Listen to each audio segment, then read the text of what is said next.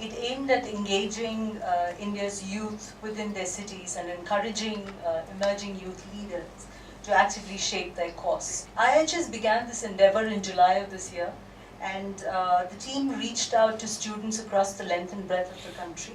One of the most unique ways in which we reached out to these students was urban cafes.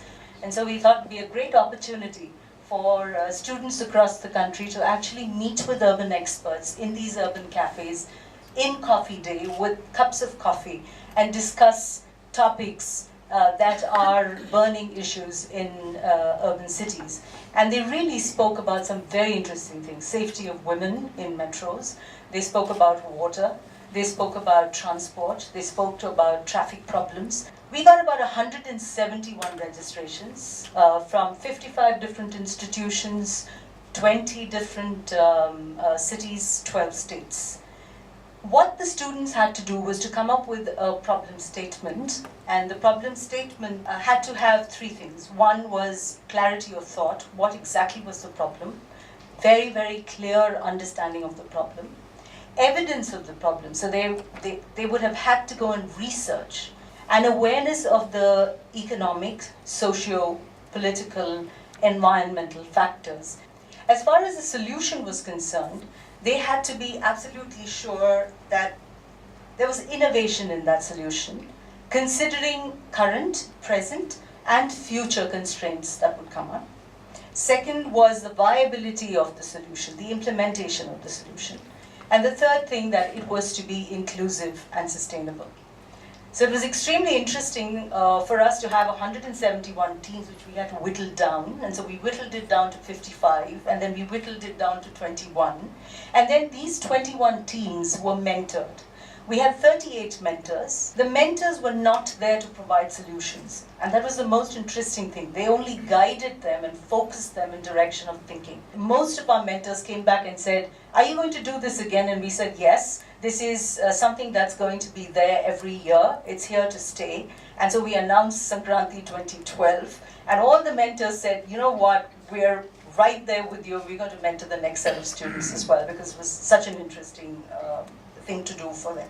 The 21 teams that were mentored came on the 18th to the IUC Mysore conference and slugged it out for the semi-final slot of 6 teams that came and presented. And finally, 3 teams emerged as winners. The first team called itself Chalo Best, and that was because it spoke about the best transportation in Mumbai. It has 40 lakh commuters on a daily basis.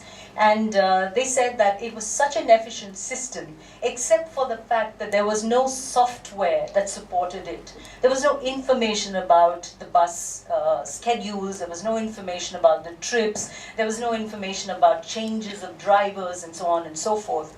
And so they came up with a plan. The entire implementation of the solution is in 3 phases. One is free and open source SMS and mobile applications.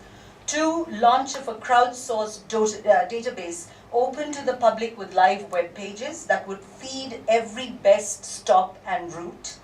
And a social marketing and public media campaign in Marathi, Gujarati, Hindi, and English. The second team was the Taramani Thunders. Very interestingly, they called themselves the Taramani Thunders because they were talking about the street hawkers in Chennai, and they said they named themselves Thunder because of the thunder of the street hawkers that shout their wares. Their problem statement was about the street hawkers being given a 3-story building called the Hawker Complex, where they were supposed to hawk their wares. And obviously people had no clue because street hawkers, the entire economy is a seeing economy. You see, you get tempted, you go and sit down, you look at the wares and you buy them. And the larger population is the public that is going to buy from these street hawkers going to T Nagar, Chennai, which is the case in point here. And so their solution typically spoke about how they would ban traffic completely from that area. They would have shuttle services from parking that would be created a couple of kilometers away, and they would divide the entire T Nagar shopping area into 3 grids. The third one was Deep Blue, obviously about the sewage groundwater problem in the Noida toll pond, And their problem was that the effluents and the sewage was creating a completely disastrous situation, ecological and environmental situation in that area. And so their solution was about actually constructing wetlands with different species of plants that would detoxify the sewage and create create clean water, which would then go back into circulation. So the three teams not only got their prize money, but they have also got 3 lakhs grant for each one of them, and IIHS is going to actually help them along with various other stakeholders to implement these plans.